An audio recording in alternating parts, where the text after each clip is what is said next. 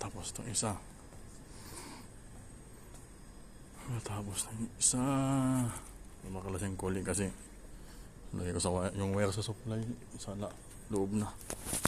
Ito, bit ko na to. Pabutasan ko na. Limutan ko ng videoan kanina.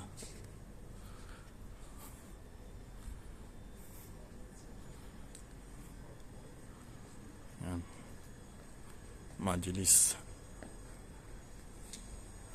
Napakainit. Napakainit sa kataka. Kasama.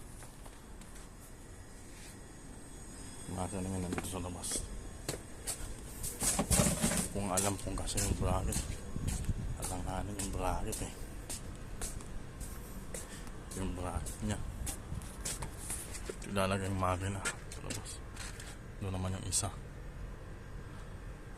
Tutubig yan dito na sa labas. Kung nagagawa ng drain pipe niyan.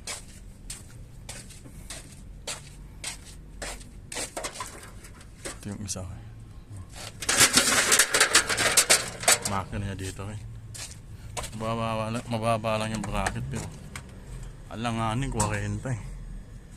Kailangan 50 o 60. Tapos din yan.